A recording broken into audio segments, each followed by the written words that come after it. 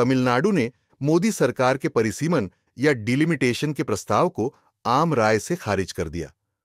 चेन्नई में 5 मार्च बुधवार को आयोजित सर्वदलीय बैठक में केंद्र के खिलाफ इस मुद्दे पर खुली लड़ाई का ऐलान किया गया।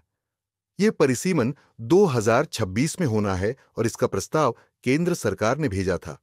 हाल ही में केंद्रीय मंत्री अमित शाह ने केंद्र की ओर से तमाम सफाई देकर विरोध को शांत करना चाहा था, लेकिन बुधवार को मोदी सरकार के सारे करतब नाकाम हो गए। सर्वदलीय बैठक से बीजेपी दूर ही नहीं रही, उसने विरोध भी किया।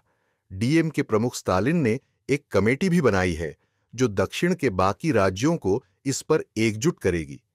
चेन्नई में बुधवार को आयोजित सर्वदलीय बैठक में प्रस्ताव पारित कर कहा गया कि सीमांकन प्रक्रिया तमिलनाडु को कमजोर करेगी और भारत की संघीय संरचना यानी फेडरल स्ट्रक्चर के लिए खतरा होगी। इस बैठक में सत्तारूढ़ Dravida Munnetra Kazhagam DMK, all India Dravida Munnetra Kazhagam AIADMK, Congress Viduthalai Chiruthaigal Katchi VCK, Tamilaga Vetri Kazhagam और कम्युनिस्ट पार्टियों सहित कई दलों ने हिस्सा लिया। हालांकि भारतीय जनता पार्टी बीजेपी, नाम तमिलर काची और तमिल मनिला कांग्रेस ने इस बैठक का बहिष्कार किया। सर्वदलीय बैठक ने तमिलनाडु के विभिन्न राजनीतिक दलों की एक संयुक्त कार्य समिति जेएसी गठित करने का भी निर्णय लिया।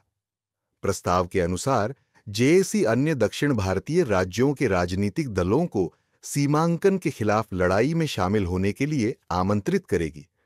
अपने संबोधन में स्टालिन ने कहा कि दक्षिणी राज्यों को जनसंख्या के आधार पर सीमांकन का सामूहिक रूप से विरोध करना चाहिए। उन्होंने आगे कहा, सीमांकन प्रक्रिया स्थिति को और खराब करेगी। स्टालिन ने यह भी कहा कि मेरी सरकार सीमांकन को लागू होने से रोकने के लिए सभी कदम उठाएगी जो तमिलनाडु के लिए गंभीर खतरा है। उन्होंने सीमांकन के खिलाफ इस लड़ाई को तमिलनाडु के अधिकारों की लड़ाई करार दिया। स्टालिन ने पहले कहा था कि अगर जनसंख्या के आधार पर सीमांकन लागू हुआ तो तमिलनाडु के सांसदों की संख्या 39 से घटकर 31 हो जाएगी।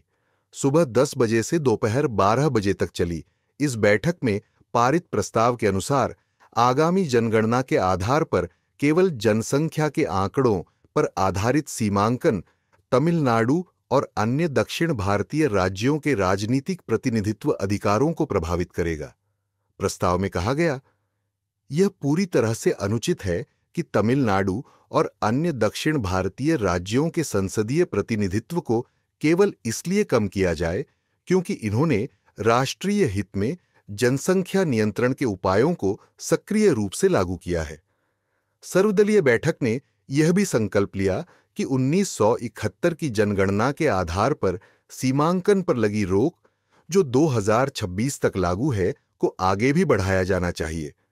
बैठक में अलग से दिए गए अपने संबोधन में स्टालिन ने कहा कि वर्तमान स्थिति को कम से कम 3 दशकों तक बनाए रखना चाहिए। प्रदेश बीजेपी अध्यक्ष के अन्नामलाई ने इस बैठक को हास्यास्पद करार दिया। उन्होंने कहा, सीमांकन से दक्षिणी राज्यों के प्रभावित होने का डर काल्पनिक है। बीजेपी नेता नारायणन तिरुपति ने कहा, यह सर्वदलीय बैठक अनावश्यक, अवांछित और अनचाही है क्योंकि हमने सब कुछ बहुत स्पष्ट कर दिया है।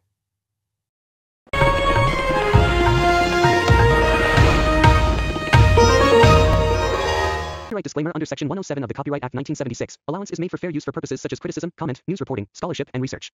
Fair use is a use permitted by copyright statute that might otherwise be infringing.